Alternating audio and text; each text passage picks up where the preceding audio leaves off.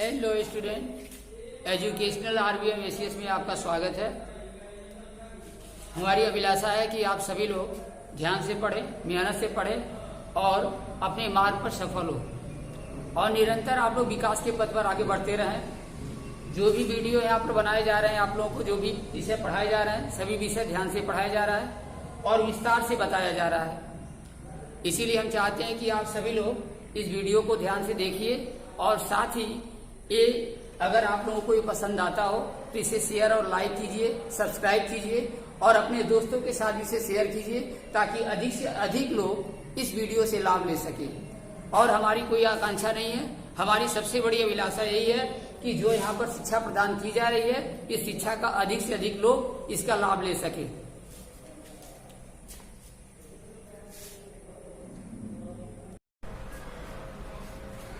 आज हम लोग मैथ 5.1 स्टार्ट करते हैं, क्लास 9 का।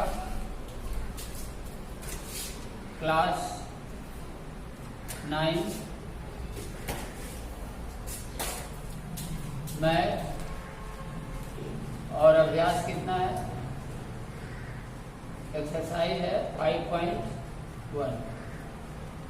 ध्यान से देखिए, इसमें दिया है बुक, सब लोग अपना ध्यान से खोल करके देखेंगे। क्वेश्चन सारे बुक में दिए गए हैं। पहला दिया है कि निम्नलिखित कथनों में से कौन से कथन सत्य हैं और कौन से कथन असत्य हैं, यह हमें बताना है। फर्स्ट नंबर क्वेश्चन में दिया है कि जो नीचे कथन दिए गए हैं, इसमें से कौन से कथन सत्य और कौन से असत्य हैं और अपने उत्तरों के लिए कारण भी लिखना है। ठीक है, तो देखिए पहला क्वेश्चन दिया है, एक बिंदु से होकर केवल एक रेखा खींची जा सकती है। एक बिंदु से होकर केवल एक रेखा खींची जा सकती है, पहला दिया है। तो बिंदु देखें यह है, बुक में दिया है कि एक बिंदु से होकर केवल एक रेखा खींची जा सकती है, लेकिन यह क्या है? असत्य है। एक बिंदु से होकर अनंत रेखाएं खींची जा सकती है। ठीक है, अब यह बिंदु दिया है तो हम रेखा इधर भी खींच सकते हैं, रेखा इस दिशा में भी खींच सकते हैं, इस दिशा में भी खींच सकते हैं, इस दिशा में भी खींच सकते हैं, इस दिशा में भी खींच सकते हैं। तो एक बिंदु से अनेक अर्थात अपरिमित रेखाएं या असंख्य रेखाएं खींची जा सकती हैं। आ गई बात समझ में? तो अगर पूछा जाए, अब यही दिया है कि एक बिंदु से होकर केवल एक ही रेखा खींची जा सकती है, यह दिया गया कथन असत्य है, क्योंकि एक बिंदु से होकर अनंत रेखाएं खींची जा सकती है। ठीक है, और इस बिंदु से होकर जाने वाली, इस तरह से हम लोग बता भी सकते हैं। क्यों है? क्योंकि एक बिंदु से होकर अनंत रेखाएं खींची जा सकती है। ठीक है, बिंदु के चारों ओर यानी उस बिंदु से होकर जाने और चारों ओर जो है हम कई रेखाएं या अनंत रेखाएं खींच सकते हैं। दूसरा देखिए दिया है, दो भिन्न बिंदुओं से होकर जाने वाली असंख्य रेखाएं हैं। दो भिन्न बिंदुओं से होकर जाने वाली, दो अलग अलग बिंदु है।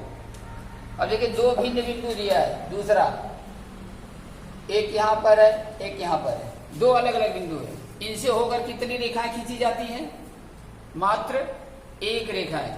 पीछे देखिए बताया गया था कल जो है कि दो बिंदुओं से होकर एक और केवल एक रेखा खींची जा सकती है। दो बिंदुओं से होकर एक और केवल एक रेखा खींची जा सकती है, यह भी बताया गया है। तो दो भिन्न बिंदुओं से होकर जाने वाली असंख्य रेखाएं, यह कथन भी क्या है? असत्य है। अर्थात पहला भी कथन हमारा असत्य था, पहला वाला भी जो कथन दिया है वो सत्य है, और दूसरा वाला भी जो कथन है वो भी क्या है? असत्य है। क्यों असत्य है? क्योंकि दो भिन्न बिंदुओं से होकर केवल एक रेखा खींची जा सकती है। तीसरा देखिए, एक शांत रेखा दोनों ओर अनिश्चित रूप से बढ़ाई जा सकती है। एक शांत रेखा दोनों ओर अनिश्चित रूप से बढ़ाई जा सकती है। तो क्या यह कथन सत्य है अथवा असत्य है? क्या होगा? सत्य है। अभी बताया गया कि शांत रेखा क्या होती है, कि शांत रेखा का विस्तार हम लोग दोनों ओर कर सकते हैं। ठीक है, शांत रेखा में कोई अंतिम बिंदु नहीं होता है, कोई अंतिम बिंदु नहीं है, कोई अंत बिंदु नहीं है। अशांत रेखा में अंत बिंदु होते हैं, लेकिन शांत रेखा में अंत बिंदु नहीं होते हैं। इसलिए शांत रेखा का विस्तार हम लोग दोनों ओर असीमित रूप से कर सकते हैं, यही कारण है। ठीक है, कारण भी इसी तरह से बताना है जैसे पहला दूसरे में दिया है कि शांत रेखा दोनों ओर से अनिश्चित रूप से बढ़ाई जा सकती है, तो ये सत्य है। तीसरा क्या है? सत्य है। और क्यों सत्य है ये उसका हम कारण बताएंगे, क्योंकि शांत रेखा का विस्तार दोनों ओर असीमित रूप से होता है, अथवा हम कह सकते हैं शांत रेखा में कोई अंत बिंदु नहीं होता है, ये हमारा कारण है। चौथा, यदि दो वृत्त बराबर है तो उनकी त्रिज्याएं भी बराबर होती है। दो वृत्त बराबर है तो उनकी त्रिज्या भी बराबर होती है, ये भी क्या है? सत्य है। चौथे में जो दिया है ये भी सत्य है। क्यों सत्य है? अब जैसे देखिए यहाँ एक वृत्त यह दिया है और दूसरा वृत्त यह दिया है और कह रहा है कि ये दोनों वृत्त बराबर है। तो वृत्त बराबर कहने का मतलब क्या है कि जब तक वृत्त की त्रिज्या दोनों की समान नहीं होगी तब तक दोनों वृत्त आपस में समान नहीं हो सकते हैं। तो दिया है यदि दो वृत्त बराबर है तो उनकी त्रिज्याएं बराबर होती है, ये भी क्या है? सत्य है। अगर दो वृत्त बराबर हैं तो उनकी त्रिज्याओं का भी बराबर होना आवश्यक है। ठीक है, ये हो गया। 5 नंबर क्वेश्चन देखें। 5 नंबर ये क्या है? दिया है आकृति में 5.9 में यदि AB बराबर PQ और PQ बराबर XY तो क्या AB बराबर XY होगा? ये भी सत्य है कि सत्य बताना है। इसमें देखिए क्या किया है, 5 में ऐसे 3 रेखा खींचा है और इन तीनों रेखाओं का नाम दिया है। एक का नाम है AB, दूसरे का नाम है PQ और तीसरे का नाम है XY। ठीक है, अब देखिए इसमें क्या कर रहा है? कह रहा है इस आकृति में AB बराबर है PQ और PQ बराबर है XY। तो कह रहा है तो यहाँ पर AB बराबर XY होगा। AB बराबर क्या होगा? XY होगा। यह सत्य है कि असत्य हमें बताना है। तो देखिए यहाँ क्या कह रहा है? देखिए ये भी यूक्लिड का विधारणा है, किताब में दिया होगा पीछे। यूक्लिड का विधारणा है, क्या है कि अगर एक वस्तु दूसरे के समान है, यदि एक वस्तु दूसरे के समान है, यदि एक वस्तु की लंबाई दूसरे वस्तु की लंबाई के समान है, ठीक है, और दूसरे वस्तु की लंबाई यदि तीसरे वस्तु की लंबाई के समान है, इसका मतलब क्या है कि पहले वस्तु की लंबाई भी तीसरे वस्तु की लंबाई के समान होगी, अर्थात इन तीनों वस्तुओं की लंबाई आपस में समान होंगी। ठीक है, यहाँ पर भी यही है। यहाँ देखो दिया है कि AB इक्वल PQ, AB का जो वैल्यू है PQ की लंबाई के बराबर है। AB की जो लंबाई है वह PQ की लंबाई के बराबर है, और जो PQ की लंबाई है वह XY की लंबाई के बराबर है। PQ और XY ये दोनों आपस में बराबर है। ठीक, तो AB बराबर भी XY होगा, तो AB के बराबर AB हो सकता है। क्या है? ये भी सत्य है। ठीक है, क्यों सत्य है? क्योंकि यूक्लिड के विधारणा में बताया गया है कि यदि एक वस्तु के समान दूसरी वस्तु है तथा दूसरी वस्तु के बराबर यदि तीसरी वस्तु है तो तीनों वस्तुएं आपस में समान होंगी, अर्थात पहली वस्तु भी तीसरी वस्तु के समान होंगी। ठीक है, ये हमारा क्वेश्चन नंबर 1 समाप्त हुआ। सभी लोग इसको कारण सहित लिख लेंगे। सत्य क्यों है, असत्य क्यों है, ये सारी चीजें बता दी गई है।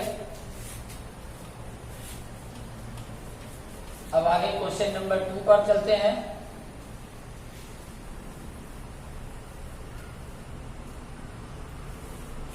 क्वेश्चन नंबर 2 देखें। क्वेश्चन नंबर 2 क्या दिया है? क्वेश्चन नंबर 2 में दिया है निम्नलिखित पदों में से प्रत्येक की परिभाषा लिखिए। नीचे जो पद दिए गए हैं उनमें से प्रत्येक की परिभाषा लिखिए। क्या इनके लिए कुछ ऐसे पद हैं जिन्हें परिभाषित करने की आवश्यकता है? वे क्या हैं और आप इन्हें कैसे परिभाषित कर पाएंगे? कह रहा है कि नीचे जो दिए गए पद हैं हमें उनकी परिभाषा लिखना है, उसकी परिभाषा हमें बताना है। और कह रहा है कि क्या इसके लिए कुछ ऐसे पद हैं जिन्हें परिभाषित करने की आवश्यकता है और वे क्या हैं और आप इन्हें कैसे परिभाषित करेंगे। यानी ये सारे जितने समांतर रेखा, लंब रेखा, रेखाखंड, वृत्त की त्रिज्या और वर्ग, इन सब की हमें परिभाषा देना है। तो हम देखिए बारी बारी से एक एक परिभाषा हम बताते जाते हैं। सब लोग परिभाषा अपना नोट कर लेंगे, अपना बना लेंगे। ठीक है। सबसे पहला दिया है समांतर रेखा। पहली परिभाषा दिया है समांतर रेखाएं।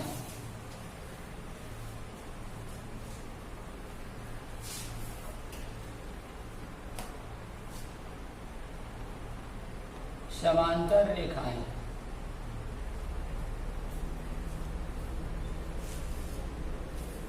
ठीक है। देखिए समांतर रेखा किसे कहते हैं, इसकी भी परिभाषा हम दो रूप से बता सकते हैं। सबसे पहला नंबर, समांतर रेखा का हमने बताया था कि यदि दो रेखाएं ऐसी हो जिनके बीच की दूरी सदैव समान हो, ऐसी दो रेखाएं जिनके बीच की दूरी सदैव समान हो, उसे समांतर रेखा कहते हैं। जैसे एक रेखा यह है और दूसरी रेखा यह है, यह AB है और यह हमारा CD है। देखिए यहाँ पर दो रेखाएं खींची गई है और ये दो रेखाएं ऐसी खींची गई है कि इनके बीच की दूरी हमेशा क्या है, हर जगह क्या है, एक समान है। तो यदि दो रेखाएं इस प्रकार हो कि उनके बीच की दूरी सदैव समान हो तो उन्हें समांतर रेखा कहते हैं। आ गई बात समझ में? तो समांतर रेखा की परिभाषा हुई। यह हम ऐसे भी कह सकते हैं कि दो ऐसी रेखाएं समांतर रेखा कहलाती हैं यदि उनका कोई भी प्रतिच्छेद बिंदु न हो। ऐसी दो रेखाएं समांतर रेखा कहलाती हैं जिनका कोई भी प्रतिच्छेद बिंदु न हो। अर्थात अब मान लो कि जैसे अब ऐसे लिख दिया गया, एक रेखा ऐसे कर दी गई है, यहाँ प्रतिच्छेद बिंदु तो नहीं अभी दिख रहा है, लेकिन यहाँ देखो इसी रेखा को अगर आगे बढ़ाएंगे हम तो इस रेखा को आगे बढ़ाने पर यह कहीं ना कहीं इसको प्रतिच्छेद कर देगा, है ना। इसलिए यह समांतर रेखा नहीं है, यह समांतर रेखा नहीं है। तो अगर समांतर रेखा होंगी तो दो रेखाएं समांतर रेखाएं तभी कही जाती हैं कि उनका दोनों तरफ विस्तार करने पर भी यदि वे रेखाएं एक दूसरे को प्रतिच्छेदित नहीं करती हैं। ये भी कुछ समांतर रेखा की परिभाषा बता सकते हैं। आगे बात समझ सबको कि दो रेखाएं समांतर रेखाएं कही जा सकती हैं यदि उनका दोनों ओर विस्तार करने पर वे दोनों एक दूसरे को किसी बिंदु पर प्रतिच्छेदित नहीं करती हैं, तो भी वे समांतर रेखा कहलाती है। या दो रेखाएं समांतर रेखाएं कहलाती हैं यदि उनके बीच की दूरी हर जगह या हर समय एक समान हो, हर जगह एक समान हो। ये समांतर रेखा की परिभाषा है। परिभाषा हम बता दे रहे हैं, सब लोग अपना नोट करेंगे। दूसरा देखें, दूसरा दिया है लंब रेखाएं। लंब रेखाएं किसे कहते हैं? अब देखिए लंब का मतलब होता है, किसे कहते हैं, इसकी परिभाषा क्या है? दो रेखाएं लंब रेखाएं कहलाती हैं यदि उनके बीच का कोण 90 डिग्री हो। ठीक है। दो रेखाएं यदि आपस में इस प्रकार प्रतिच्छेद करती हैं, ध्यान देना फिर से क्वेश्चन को, आंसर को सब लोग ध्यान दें कि दो रेखाएं लंब रेखाएं तभी कहा जा सकता है जबकि उनका प्रतिच्छेद बिंदु पर 90 डिग्री का कोण निर्मित होता है। ठीक है। अर्थात यदि दो रेखाएं एक दूसरे पर इस प्रकार प्रतिच्छेदित करती हो कि उनके बीच का कोण क्या हो, 90 डिग्री हो, तो वे रेखाएं लंब रेखाएं कहलाती हैं। समझ में आ गया? तो लंब रेखा में दो रेखाएं हैं, ठीक है, लेकिन जब एक दूसरे को प्रतिच्छेद करेंगी, जैसे कि मान लो यहाँ पर यह रेखा AB है और यह रेखा BC है, और एक दूसरे को या बी बिंदु पर प्रतिच्छेद किए हैं, तो यहाँ पर कितने का कोण बनना चाहिए? 90 का। अगर 90 का कोण निर्मित होता है तो इसे क्या कहते हैं? लंब रेखा कहते हैं। ठीक है, तो ये हम कहेंगे कि यदि दो रेखाओं के बीच का कोण 90 डिग्री हो तो वे रेखाएं लंब रेखाएं कहलाती हैं। देखिए, किसी भी रूप में परिभाषा हम उसको बना सकते हैं। परिभाषा लिखने का अपना मेथड होता है और मुख्य रूप से उसका स्टेटमेंट जो है सही होना चाहिए। अब आगे देखें, तीसरा क्या दिया है? रेखाखंड।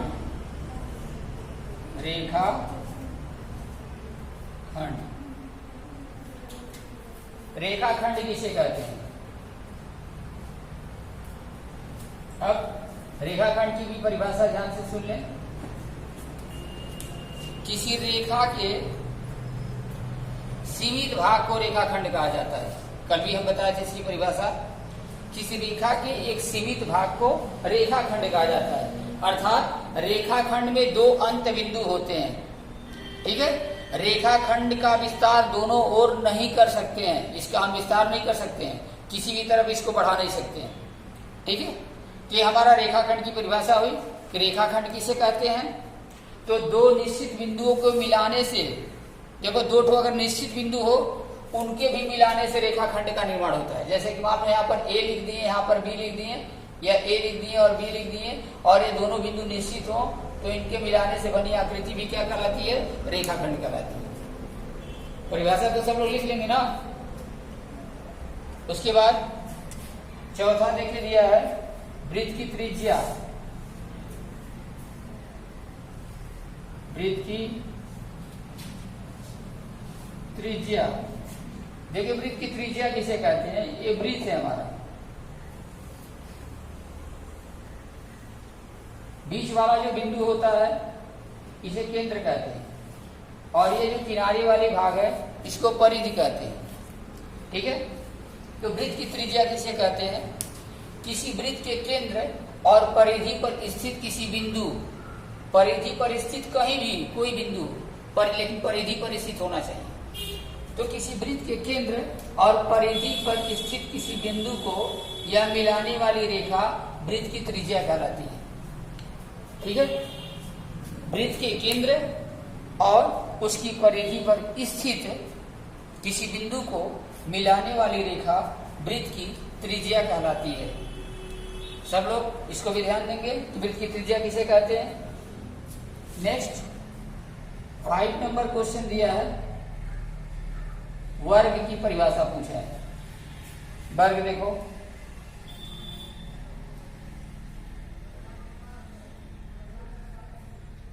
अगर पूछा जाए वर्ग किसे कहते हैं,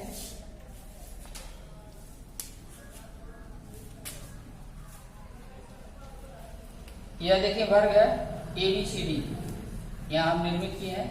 तो वर्ग किसे कहते हैं? ऐसी समांतर चतुर्भुज या ऐसा समांतर चतुर्भुज। वर्ग भी एक प्रकार का समांतर चतुर्भुज होता है। वर्ग क्या होता है? एक प्रकार का समांतर चतुर्भुज है। वर्ग एक समांतर चतुर्भुज है। तो वर्ग किसे कहते हैं? ऐसा समांतर चतुर्भुज जिसका प्रत्येक कोण समकोण तथा प्रत्येक भुजाएं समान हो। ऐसा समांतर चतुर्भुज जिसका प्रत्येक कोण यह क्या होना चाहिए? समकोण होना चाहिए, अर्थात 90 डिग्री का होना चाहिए। ऐसा समांतर चतुर्भुज जिसका प्रत्येक कोण समकोण तथा प्रत्येक भुजाएं क्या हो? समान हो, अर्थात एक चारों भुजाएं यदि इसकी आपस में समान है तो हम उसे वर्ग कहते हैं। ये हमारे वर्ग की परिभाषा हो गई। तो यहां तक तो सबको समझ में आ गया होगा आज अभी जो बताया है कि समांतर रेखा किसे कहते हैं, लंब रेखा किसे कहते हैं, रेखाखंड किसे कहते हैं, वृत्त की त्रिज्या किसे कहते हैं और वर्ग किसे कहते हैं। तो ये सब परिभाषा आपने नोट कर लेना है और सभी लोग इसको क्या करेंगे?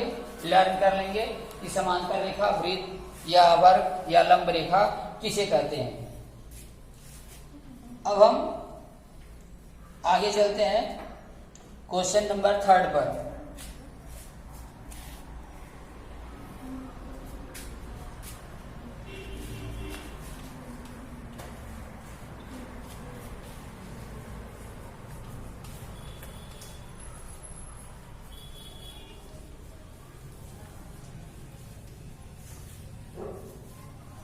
क्वेश्चन नंबर 3 में देखें।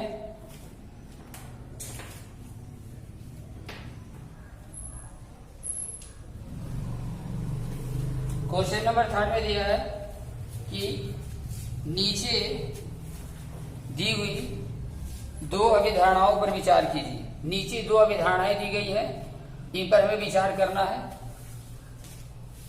कि कौन सा संभव है, कौन सा सत्य है, कौन सा सत्य है, और ये इन अभिधारणाओं के बारे में हमें बताना है। जैसे देखें, पहला दिया है थर्ड का पहला, तीसरे का पहला दिया है दो भिन्न बिंदु ए और बी दिए रहने पर, दो अलग अलग बिंदु दिया है ए और बी। कह रहा दो बिंदु ए और बी दिए रहने पर एक तीसरा बिंदु सी ऐसा विद्यमान है जो ए और बी के बीच में स्थित होता है। कह रहा कि दो बिंदु दिया गया ए और बी, लेकिन एक तीसरा बिंदु सी है जो ए और बी के बीच में स्थित है। तो देखें, अब ए और बी के बीच में स्थित है तो सी तो यहां पर भी हो सकता है, सी यहां भी हो सकता है, सी यहां भी हो सकता है। ए और बी के बीच में जो सी बिंदु निरूपित करना है, ये विरोधाभास है। मतलब जो कथन दिया गया है उसका विरोधाभास है, पूर्ण रूप से सत्य नहीं कि मतलब एक सी बिंदु एक ही निश्चित बिंदु नहीं हो सकता है। ये सी बिंदु का मान जो है अनंत हो सकता है। ऐसे बहुत सारे बिंदु हो सकते हैं जो ए और बी के बीच में स्थित होंगे। ठीक है, तो इस अभिधारणा पर हमें विचार करना है, और ये अभिधारणा जो है बुक में भी कहीं पीछे देखें दिया गया होगा, यूक्लिड की अभिधारणा।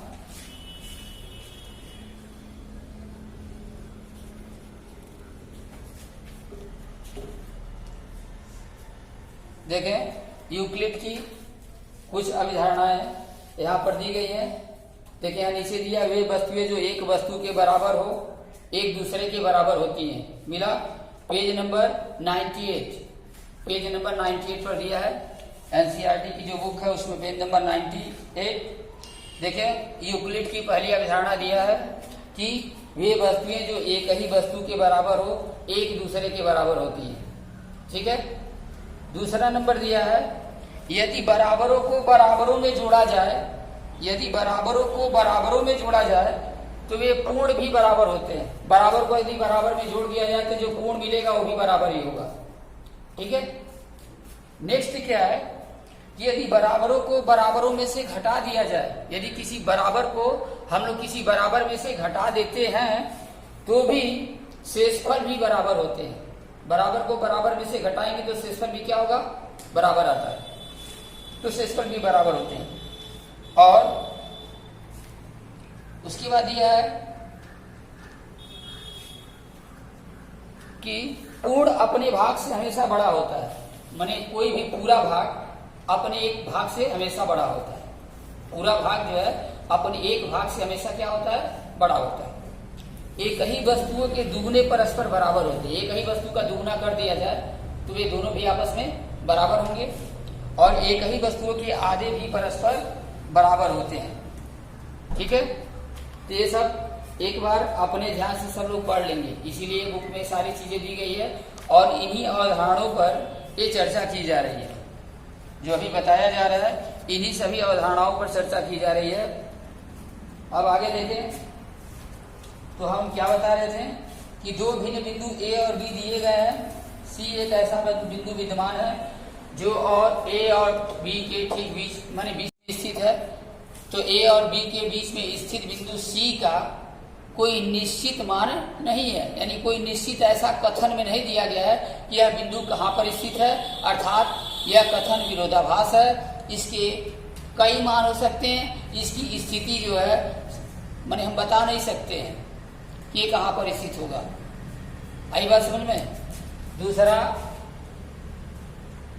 दूसरा दिया है यहाँ कम से कम ऐसे 3 बिंदु विद्यमान है जो एक रेखा पर स्थित नहीं है। अब कह रहे हैं कि यहाँ पर 3 बिंदु, कम से कम 3 बिंदु ऐसे विद्यमान है जो एक रेखा पर नहीं है। 3 बिंदु है लेकिन तीनों एक रेखा पर नहीं है, तीनों अलग अलग है। ठीक है, अगर 3 बिंदु अलग अलग हो तो उनसे क्या है, उनसे क्या हमें निष्कर्ष निकाल सकते हैं, क्या हम लोग इससे विचार कर सकते हैं कि ये तीनों बिंदु एक सरल रेखा पर स्थित नहीं है ना। यदि तीनों बिंदु एक सीध में होते तो इनसे एक सरल रेखा का निर्माण हो सकता था। अगर तीन बिंदु ऐसे दिए गए हो कि तीनों बिंदु यदि एक सीध में हो तो उनसे हम लोग एक सरल रेखा निरूपित कर सकते हैं और उस सरल रेखा पर ये तीनों बिंदु स्थित हो सकते हैं। लेकिन यदि ये तीनों बिंदु एक सीध में नहीं है तो इनसे सरल रेखा का निर्माण नहीं हो सकता है, अर्थात इन तीनों बिंदुओं से भिन्न भिन्न बिंदुओं से भिन्न भिन्न रेखाओं का निर्माण होगा। इन अवधारणा पर हमें विचार करना है, यही सोचना है। ठीक है, अब हम नेक्स्ट चलते हैं। अब यहां दिया है क्या इन अवधारणाओं में कोई अपरिभाषित शब्द है। अब देखो, अपरिभाषित शब्द तो हमें पहला ही मिल गया कि इसकी परिभाषा सही नहीं है, इसकी परिभाषा सही नहीं है। अगर कहा जाए कि ए और बी के बीच में स्थित कहीं बिंदु सी है, अगर ऐसा दिया रहता कि ए और बी के ठीक बीच में स्थित बिंदु सी है, ठीक बीच में दिया रहता तो इसकी परिभाषा सही थी। लेकिन अगर ऐसा दे दिया कि ए और बी के बीच में स्थित कहीं बिंदु सी है तो सी ये बिंदु कहीं हो सकता है, अर्थात तो सी का कोई हम निश्चित उसका स्थान नहीं बता सकते हैं कि किस जगह पर स्थित होगा। ठीक है, तो यह क्या है, अपरिभाषित है और ये अविधारणा भी क्या है, अविरोधी है। ठीक है, तो इस पर अपना ध्यान देंगे। आगे देखें, क्वेश्चन नंबर हम 4 पे चलते हैं। दिया है यदि दो बिंदुओं ए और बी के बीच एक बिंदु सी ऐसा स्थित है कि ए सी बराबर बी सी है तो सिद्ध कीजिए कि ए सी बराबर हाफ बी सी और एक आकृति खींचकर इसे स्पष्ट कीजिए। तो ध्यान से इसको भी, क्वेश्चन नंबर 4।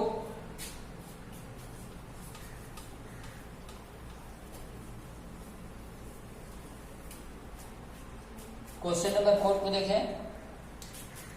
क्वेश्चन नंबर 4 में क्या दिया है, दो बिंदु ए और बी के बीच में सी ऐसा बिंदु है, दो बिंदु यहां पर दिया है ए और बी। ठीक है, और ये दोनों बिंदु ए और बी के बीच में सी ऐसा स्थित है कि ए सी बराबर बी सी, ए सी बराबर बी सी, अर्थात यहां पर बीच में होगा कहीं सी, तभी ये ए सी और बी सी आपस में क्या होंगे, बराबर होंगे। आई बात समझ में। कह रहा है कि दो बिंदु ए और बी के बीच में सी एक ऐसा बिंदु स्थित है कि ए सी बराबर बी सी, ये दिया गया है। तो हमें सिद्ध करना है कि ए सी बराबर हाफ बी सी। तो हमें बताना है कि ए सी बराबर क्या है, बी सी का क्या है, हाफ ए बी, ए सी बराबर हाफ ए बी, यानी ए सी जो ए बी का आधा है। आगे बात समझ में, ये तो मालूम हो गया सबको। अब यहां देखो, यहां हम देख रहे हैं चित्र से जो हमारी आकृति दी गई है, आकृति से हम कैसे हल करेंगे। देखिए, आकृति से हम जानते हैं कि ए सी धन बी सी बराबर होता है ए बी, ये दिया ना, ए सी धन बी सी बराबर तो ए बी हो सकता है ना, ए सी धन बी सी बराबर हो सकता है ए बी, ये तो दिख रहा है ना। मान लो एक सी बिंदु अगर ठीक बीच में न हो, वो तो दिया है कि मैंने ए सी बराबर बी सी है, लेकिन मान लो अगर न ही भी होता, अगर कहीं दूसरे जगह होता, इसका अगर स्थान कहीं दूसरे जगह होता तो भी ए सी धन बी सी बराबर हमारा ए बी हो जाता। ठीक है, तो यहाँ पर ए सी धन बी सी बराबर हम ए बी लिख दिया है। लेकिन अब चूंकि दिया गया है, हमको दिया गया है, क्या दिया गया है कि ए सी बराबर बी सी, ए सी बराबर बी सी, यह हमें दिया गया है।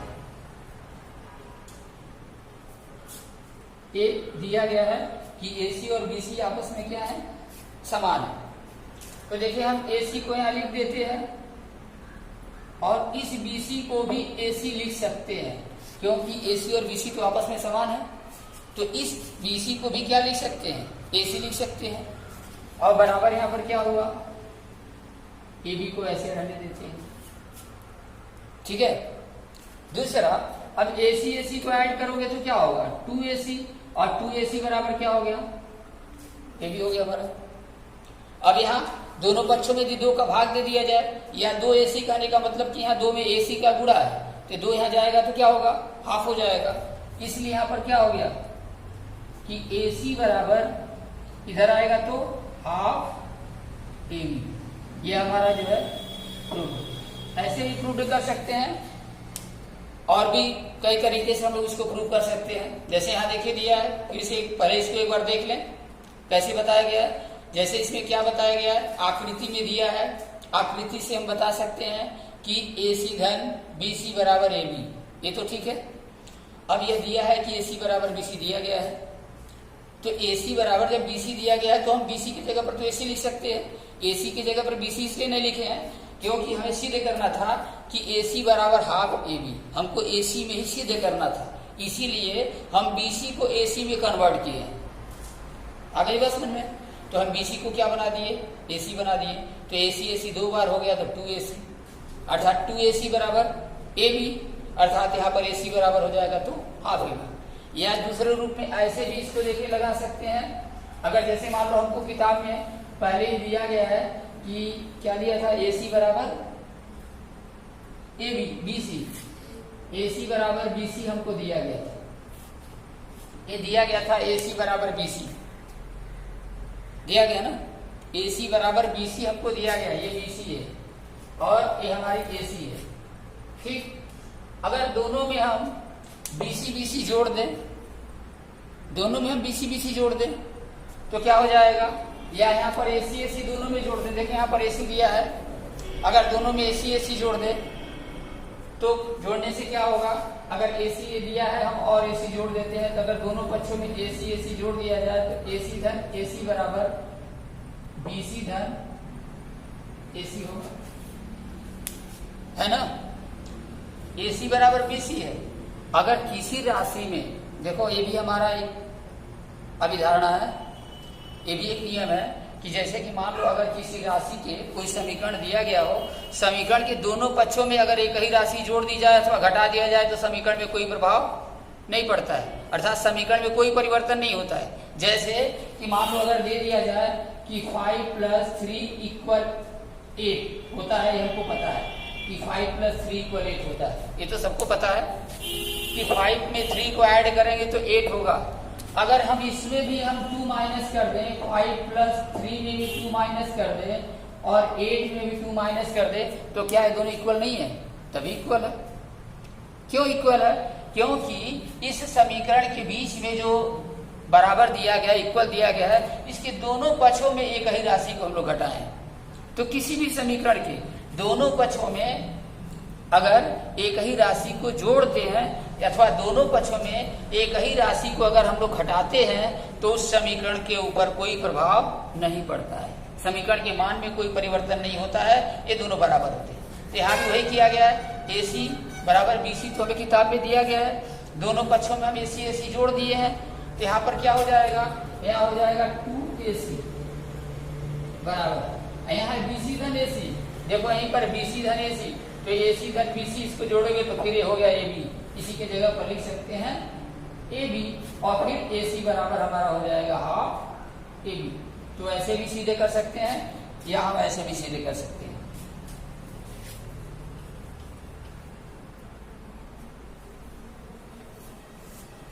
तो आशा करते हैं सब लोग समझ में आ गया होगा।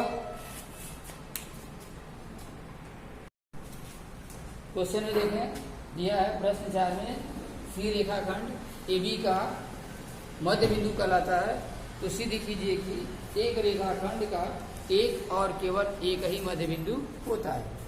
कह रहा है कि अभी हम जो प्रश्न 4 में पढ़े हैं, प्रश्न 4 में क्या पढ़े हैं, प्रश्न 4 में अभी बताया गया है कि AB एक रेखा है और इसके बीच में कहीं स्थित बिंदु C है, ये दिया गया था, और C ऐसे स्थित था कि AC और BC दोनों आपस में समान थे, यानी दोनों आपस में बराबर थे। तो हम लोगों ने क्या सिद्ध किया, हम लोगों ने सिद्ध किया था कि AC बराबर हाफ AB, ये सिद्ध किया था कि AC जो है पूरे AB का आधा है, ठीक। यह हम लोग अभी सिद्ध किए थे। तो AC जब पूरे AB का आधा है अर्थात C बिंदु क्या है, AB का एक मध्य बिंदु है, अर्थात यहाँ पर C बिंदु AB का मध्य बिंदु है, यह हमें बताना था। अब यहाँ देखिए कह रहा है कि ये तो हम लोग पहले ही बता चुके हैं कि C बिंदु जो है AB का मध्य बिंदु होता है, ये हमें पहले पता चल गया है। लेकिन अब क्या करना है, उसी पर आधारित हमको क्वेश्चन ये बताना है कि किसी रेखा का एक और केवल एक ही मध्य बिंदु होता है, अर्थात एक से अधिक मध्य बिंदु नहीं होते। ठीक है, अब देखो क्या करते हैं। अब इसके लिए हम क्या करते हैं, हम AB एक रेखा ले लेते हैं, ठीक, और मान लेते हैं यहाँ तो C बिंदु मालूम मध्य बिंदु दिया गया था, हमें सीधे करना है। लेकिन हम मान लेते हैं कि AB रेखा का मध्य बिंदु C नहीं है बल्कि क्या है, यहाँ D है, हम ये मान के चलते हैं। ठीक है, जो दिया गया उसके हम विपरीत चलते हैं, विरोधाभास मानते हैं। तो हम यहाँ क्या मानेंगे कि माना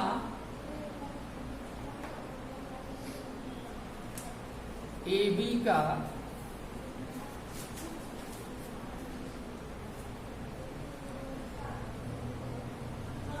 मध्य बिंदु D है। अब देखो AB का मध्य बिंदु D है, मान लिए किताब में तो दिया गया है कि जो सिद्ध किए हम लोग उसके पहले 4 नंबर क्वेश्चन में, उसमें हम लोग सिद्ध किए हैं कि AB का मध्य बिंदु क्या है, C है। और यह हम भी सिद्ध किए हैं कि जब AB का मध्य बिंदु C है तो AC बराबर हुआ था हाफ AB, यह हम सिद्ध कर चुके थे, ये बताए थे। AC बराबर हाफ AB, यानी AC का मान जो है AB का आधा होगा, अर्थात C बिंदु जो है AB के मध्य में स्थित है, यह हम लोग सिद्ध कर चुके थे। लेकिन यहाँ पर क्या रहा है कि माना AC का मध्य बिंदु क्या है, D है। हम मान लेते हैं AC का मध्य बिंदु D है, D कोई दूसरा बिंदु है, और उस बिंदु को मानते हैं कि वो AC के क्या है, मध्य में है। तो यहाँ पर क्या होगा, यहाँ पर हो जाएगा AD बराबर हाफ AB हो जाएगा, होगा ना। अगर जैसे यहाँ पर AB का मध्य बिंदु C है तो AC बराबर हाफ AB हुआ। और अगर हम मान लें कि AB का मध्य बिंदु D है तो इसका मतलब है कि AD बराबर हाफ AB हुआ। ठीक है, परंतु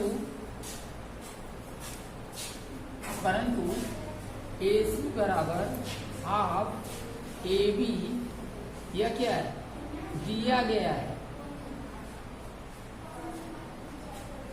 यहाँ पर देखो AC बराबर हाफ AB दिया गया है कि AC जो है AB का क्या है, आधा है। अब देखिए यहाँ पर AD जब ये हाफ AB के बराबर AB है और हाफ AB के बराबर AC भी है, हाफ AB के बराबर यहाँ AD भी है। अभी क्या बताया गया था कि यदि दो बिंदु, एक वस्तु अगर दूसरे वस्तु के बराबर हो तो ये दोनों वस्तुएं आपस में क्या होती हैं, समान होती हैं। यूक्लिड की अवधारणा भी पीछे बताएं, यूक्लिड की अवधारणा में ये बताया गया था कि यदि एक वस्तु दूसरे वस्तु के समान होती है तो दोनों वस्तुएं भी आपस में समान होती है, ये बताया गया था। तो चूंकि यहाँ पर यह इसके बराबर है, इसके बराबर है, अर्थात एक वस्तु या दूसरे के बराबर है, यहाँ दूसरी वस्तु भी इसके बराबर है ना। तो यहाँ पर क्या होगा, इसका मतलब कि तीनों आपस में बराबर होगा। जैसे बताया गया था एक वस्तु दूसरे के बराबर है, दूसरी वस्तु तीसरे के बराबर है, तो पहली वस्तु भी तीसरे के बराबर होगी। ये तो सिद्ध किए होगी, नहीं किए हो, अभी किए हो। तो यहाँ पर ये समीकरण 1 है, ये मान लेते हैं, ये समीकरण 2 मान लेते हैं। अब समीकरण 1 और 2 से, समीकरण 1 और 2 से हमें क्या मिल रहा है, यहाँ देखो AD का मान हाफ AB है, यहाँ AC का मान हाफ AB है। तो समीकरण 1 और 2 से यह संभव तभी हो सकता है जबकि AD बराबर क्या होगा, AC होगा, कभी नहीं संभव है। AD का मान भी AB का आधा हो और AC का मान भी AB का आधा हो, यह तब संभव हो सकता है जबकि AD और AC दोनों आपस में बराबर हों। तो क्या दो भिन्न भिन्न बिंदु कभी बराबर हो सकते हैं? अगर हम यहाँ रेखा दिया गया है, हम कहेंगे कि A से लेकर C यहाँ पर है और D यहाँ पर है, हम कहेंगे AC बराबर AD है, तो क्या ये कभी बराबर हो सकता है? दो भिन्न भिन्न बिंदु हो, दो स्थान अलग अलग स्थानों पर हो और कहा देखिए बराबर हो जाएगा आपस में? कभी नहीं हो सकता है। इसीलिए यह कब बराबर हो सकता है? यह तभी बराबर हो सकता है जबकि AC और D दोनों एक ही बिंदु हो, दोनों एक ही जगह स्थित हो, तब बराबर हो सकता है। बराबर कब हो सकता है? जबकि यह C और D दोनों एक ही बिंदु पर स्थित हो, तभी बराबर हो सकता है। यही हम लिखेंगे, लेकिन यह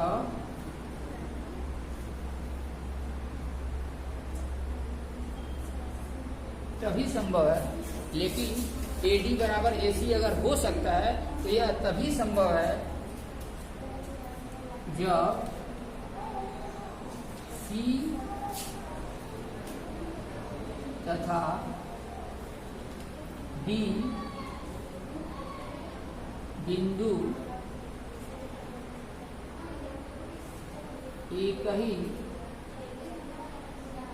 स्थान पर निरूपित हो।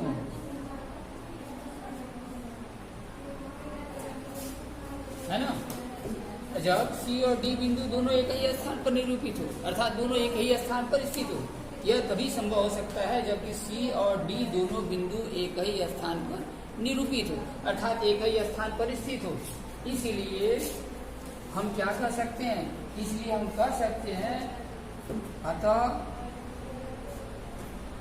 जो पढ़ने में दिया है, अतः एक रेखाखंड का, अतः एक रेखाखंड का एक और केवल एक ही मध्य बिंदु होता है।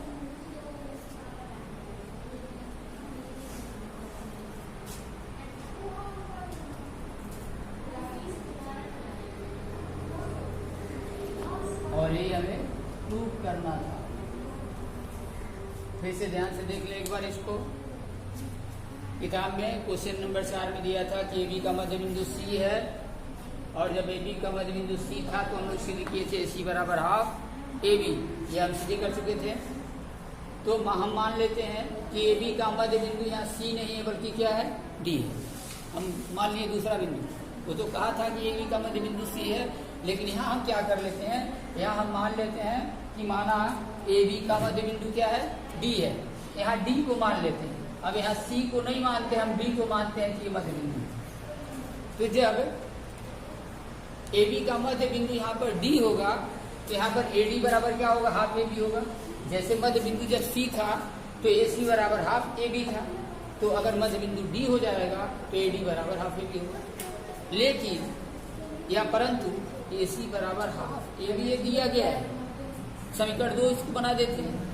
अब यहाँ देखो, इन दोनों अगर समीकरण पर ध्यान देते हैं तो क्या मिलता है कि AD के बराबर भी हाफ AB है और AC के बराबर भी हाफ AB है। तो दोनों पक्षों में यहाँ पर हाफ AB लिखा गया है, दोनों का मान हाफ AB है। जैसे मान लो AD बराबर भी 50 आ गया तो AC बराबर भी 50 आ गया। ठीक है? इसलिए अब समीकरण 1 और 2 से क्या हमें पता चला कि अगर दोनों के राइट हैंड साइड आपस में समान है तो दोनों के लेफ्ट हैंड साइड भी आपस में समान होंगे, और जब दोनों के लेफ्ट हैंड साइड आपस में समान होंगे तो यहाँ पर AD बराबर AC हो गया, यहाँ AD बराबर AC मिला। लेकिन यह कब संभव होगा? यह तब संभव है जब C और D बिंदु एक ही स्थान पर निरूपित हो, अर्थात C और D जो दोनों बिंदु हो ये अलग अलग कोई बिंदु ना हो, दोनों एक ही बिंदु हो, यह तभी संभव हो सकता है। इसलिए C और D बिंदु एक ही स्थान पर निरूपित हो, अतः एक रेखाखंड का एक और केवल एक ही मध्य बिंदु होता है। ठीक है?